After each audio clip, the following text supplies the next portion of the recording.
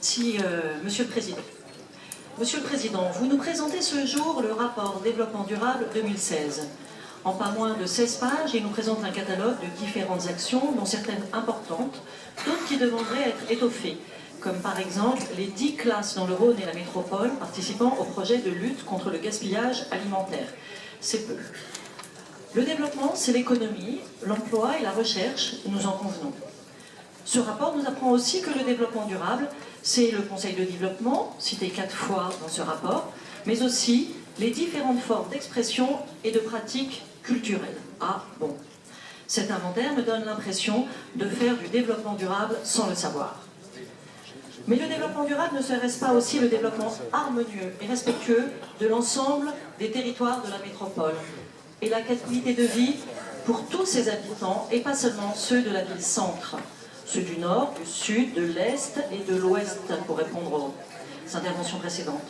Le développement durable concerne les problèmes de pollution et de transport, comme nous le montre avec gravité le pic de pollution actuel, sur laquelle je ne reviendrai pas, parce qu'il y a vraiment beaucoup trop à dire. Or, dans ce rapport, il n'est pas évoqué la question si importante pour l'ensemble de la métropole du déclassement de l'acide A7 et de ses conséquences. Le transport des personnes, comme des marchandises, est primordial pour l'environnement comme pour le développement économique. Et le rapport sur cette question persiste à s'appuyer sur l'enquête de déplacement élaborée en 2015, soit avant l'annonce du déclassement et donc n'en tenant pas compte. Je vous l'avais signalé au printemps dernier lors du débat sur le Citral, en charge de l'élaboration du PTDU. Manifestement en vain. La bonne gouvernance consiste à écouter les membres cooptés du Conseil de développement, j'en conçois, mais aussi les élus, tous les élus.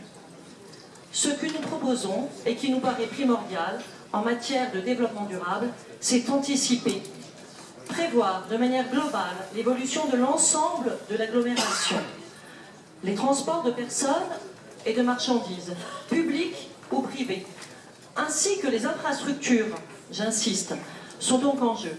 Et là-dessus, pas un mot dans ce rapport. Ainsi, rien dans votre rapport sur le rail, seulement évoqué dans le cadre de la vallée de la chimie. Rien sur le ferroutage ou sur le RER à la lyonnaise, avec tarification unique TCL SNCF. N'en déplaise aux tenants d'une utopie qui a fait 80 millions de morts, nous sommes pour les transports en commun, et le disons régulièrement. Mon voisin l'a encore signalé, pas plus tard que vendredi dernier, dans le cadre du Citral. Nous sommes pour les transports en commun, pour tous, où qu'ils habitent.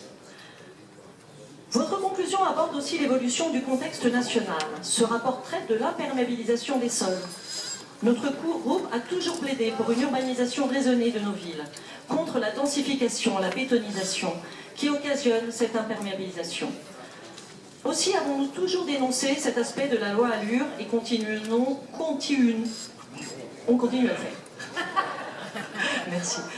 En conclusion, nous sommes mitigés sur ce rapport. Votre vice-président, M. Charles, a fait un bon travail de recueil, mais il ne pouvait pas faire plus, puisque, Monsieur le Président, vous ne savez pas fixer une vision programmatique globale. Nous n'y trouvons pas d'ambition, de ligne directrice, ni de projection dans l'avenir. Les habitants de nos communes s'inquiètent de savoir comment ils vont aller travailler. Les chefs d'entreprise, du temps de livraison de leur production et du parcours de leurs collaborateurs lorsqu'ils se rendent chez leurs clients. Le rapport se conclut par la phrase suivante. Cette nouvelle grille de lecture permettra notamment d'optimiser et de reconnecter les démarches existantes dans une perspective de soutenabilité du territoire en proposant un cadre stratégique appropriable et opérationnel. Monsieur le Président, vous qui donnez des leçons de pragmatisme à la France, je vous invite d'abord à relire vos propres rapports. Moins de mots, plus de réalisme, c'est ce que les grands Lyonnais attendent de nous.